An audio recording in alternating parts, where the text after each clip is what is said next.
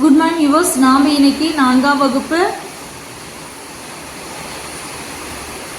பனைமர சிறப்பு அப்படிங்கிற பாடத்தினுடைய மதிப்பீடு பார்ப்போம். படிப்போம், சிந்திப்போம், எழுதுவோம். சரியான விடையை தெரிவு செய்து எழுதுவோமா? ஓலைச்சுவடி இச்சொல்லை பிரித்து எழுத கிடைப்பது. இங்கே 4 தெரிவுகள் கொடுத்துருக்காங்க. இதில் எது சரியானதுன்னு நம்ம எழுதணும். ஆதான் சரியானது. குறில் ஆ, ஓலை கூட்டல் சுவடி. உயர என்ற சொல்லின் எதிர்ச்சொல் உயரமான. அப்போ அதனுடைய எதிர்ச்சொல் என்ன? கீழான. அப்போ கீழானதுங்கிறதுக்கு கீழே அப்படிங்கிறதுக்கு இங்கே என்ன மீனிங் கொடுக்குற மாதிரி ஒரு சொல் கொடுத்துருக்காங்கன்னா தாழ. அப்போ குறில் ஈ, தாழ தான் சரியானது. அடுத்தது விழுந்து என்ற சொல்லின் எதிர்ச்சொல். இப்போ விழுந்து அப்படின்னா விழுந்துட்டா அப்படின்னா எதிர்ச்சொல்லானது எழுந்து. அப்போ குறில் ஈ சரியானது எழுந்து. கரையோரம் இச்சொல்லை பிரித்து எழுத கிடைப்பது கரை கூட்டல் ஓரம். ஆ சரியானது. அடுத்து வினாக்களுக்கு விடையளிக்க. பனைமரத்திலிருந்து கிடைக்கும் உணவுப் பொருட்கள் யாவை? அப்போ பனைமரத்தில் நமக்கு என்னென்ன உணவுப் பொருள்லாம் கிடைக்குது?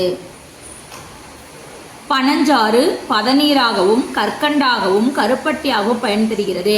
இப்போ இதில் நமக்கு கேட்டிருக்கக்கூடியது என்ன அப்படின்னா உணவுப் பொருள் தான் கேட்டிருக்காங்க. அந்த தெளிவுன்னு நம்ம சொல்லுவோம். அதுதான் பனஞ்சாறு. அந்த பதநீராகவும் நம்ம சாப்பிட்றோம், கற்கண்டாவும் பனங்கற்கண்டாவும் சாப்பிட்றோம், கருப்பட்டியாகவும் சாப்பிட்றோம். அது இல்லாமல் இதில் இருக்கக்கூடிய பழம் நாம் பனம்பழம் சுட்டு சாப்பிடுவோம். அடுத்து பனங்கிழங்கு சாப்பிடுவோம். இங்கே பாருங்கள், கருப்பட்டி, பனங்கற்கண்டு, பனங்கிழங்கு இதுவும் நம்ம இதோட சேர்த்து எழுதணும். அடுத்து பனைமரத்திலிருந்து செய்யக்கூடிய விளையாட்டு பொருள்கள் யாவை?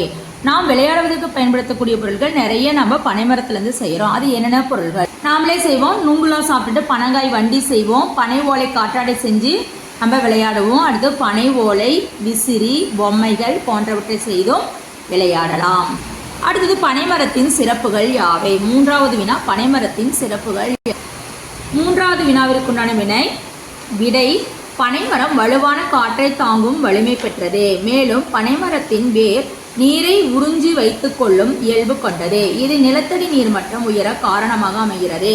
அதாவது பனைமரத்தினுடைய வேர்களானது இந்த நிலத்தடி நீரை உறிஞ்சி வைத்துக் கொள்ளக்கூடிய தன்மை வாய்ந்தது. அதனால நமக்கு நம்மளுடைய வாழக்கூடிய பகுதிகளில் நீர்மட்டமானது நாம் கிடைக்கக்கூடிய அளவு போதிய அளவு இருக்கும். ரொம்ப ஆழமாக போயிட்டு தண்ணி இல்லாமல் கஷ்டப்படாமல் நமக்கு இது தண்ணியை பிடித்து வைத்துக் கொள்ளக்கூடிய வலிமை பெற்றது. அதனால தான் நம்ம பனைமரத்தை நிறைய வளர்க்கணும் அப்படின்னு சொல்லியிருக்காங்க.